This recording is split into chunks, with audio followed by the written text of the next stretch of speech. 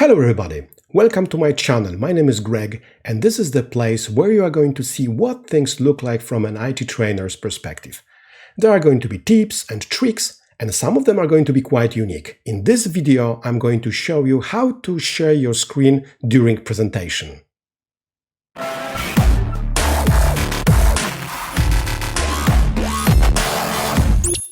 As a trainer, you have to be ready to deliver different types of trainings. Sometimes it can be just simple conversation, but sometimes you will have to share your screen.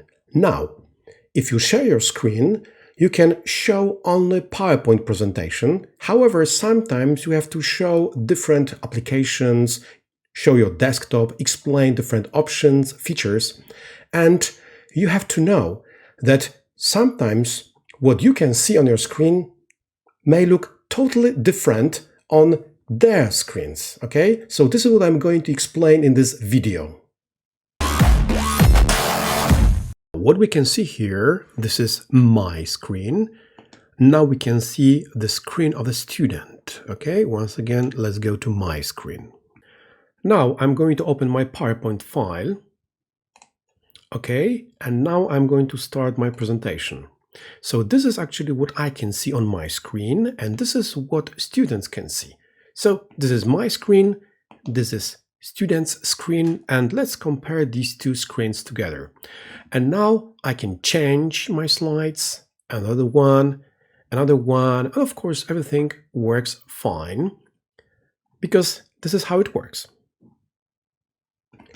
You see, showing PowerPoint presentation is very easy. Everything looks as it should.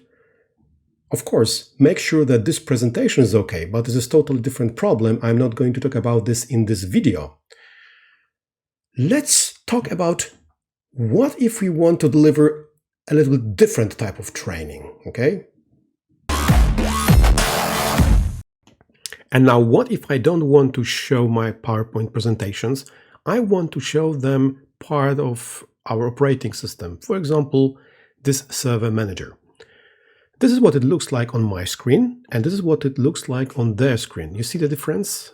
Something which is full screen for me, this is just a part of the whole interface on their computers. So what they need to do, they need to go to these three dots, and first they need to change the focus. Now you see it is much bigger, but still it's not big enough. So they have to turn on full screen. And what happens if we have the same resolution? If I have full HD resolution and they have also full HD resolution, it means that my screen needs to fit within their screen. That's why I always change my resolution so it looks like this. Let me show you. When we look at these screens, okay, let's say this is going to be their screen and probably it is going to be full HD resolution 1920 by 1080. I need to change the resolution of my screen, so probably it is going to be this one, 1600 by 900.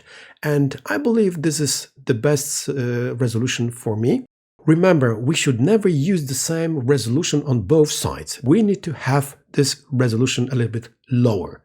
The problem is that we do not know what kind of computers will be used by others. They may have quite big screens with high resolution. However, they sometimes can have just small screen. They can use their laptops, notebooks. For us, it will be much better if we have the highest possible resolution because we want to have many different things on our screen and it will be much more comfortable for us. However, when we make this resolution a little bit lower, not everything will be on our screen and it will be very difficult for us to show many different options. Maybe we want to show the whole interface. The best idea will be if we ask them if what we are showing them is big enough so that they will be able to read everything. These letters can be very small, so remember, asking them will be the best idea. The next thing, which is very important, is something about which we forget. I mean, what is the size of this mouse pointer? So maybe it will be much better when we change the size of this pointer. So where we should go? We should go to this mouse settings. Then when we go to this additional mouse options. When we go to pointers, now we can choose different types of pointer. Let's change it to default extra large. Okay, apply, and now you see this pointer is much bigger. Very small thing, but also very important. When you change the size of your mouse pointer, others will find it much easier to follow whatever you are doing on your screen during presentation. Once we have this pointer much bigger, now we need to know how to use this mouse if you want to show different sections of our screen. The problem with many trainers is that when they want to show something, they always do this type of circles. Something that looks okay on our screen, this looks much worse on students' computers.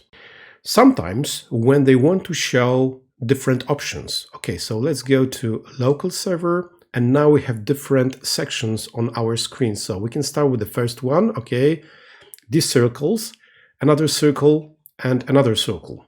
Sometimes when they want to show additional options, different menus, things like that, and they just move this mouse here, they always do this type of circles. I don't think that's a good idea.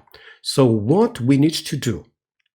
We need to start using mouse a little bit differently, okay? So if you want to show the first section, let's move this mouse here, then we go down a little bit. We can talk about other options, then we can go to the next section, and then we can talk about this one. Then we can go to this tools menu, we can talk about the first tool, and then we can go to the next one, and then to the next one, okay? You see, this is totally different approach. Dashboard, local server, all servers. When you move your mouse too quickly, it can be quite difficult for them to follow what you are doing on your screen. Finally, what if you want to show some commands or commandlets from PowerShell? When we open our PowerShell, make sure that the font is big enough so that all students can see everything what you are going to type here. But there's one very important thing. When we list, for example, processes, it is what it looks on our screen, but it looks a little bit differently when we look at user screen. What if we choose something which will give us more objects, more records on the screen? Get WMI object list and recurse, okay? So you see what it looks like on my screen and what it looks like on student's screen. Okay, so remember, when you want to show something like this during a presentation, not necessarily everything what you can see on your screen looks exactly the same as what they can see on their screens. You can show different commandlets, different scripts, and everything will run smoothly on your screen. But on their screens, there's going to be this lag, and they will find it quite difficult to understand and comprehend what you are doing on your screen. So make sure that you show things much slower than usual, okay? So that's all for today. I hope it was quite informative, and make sure you will watch my next video. Goodbye.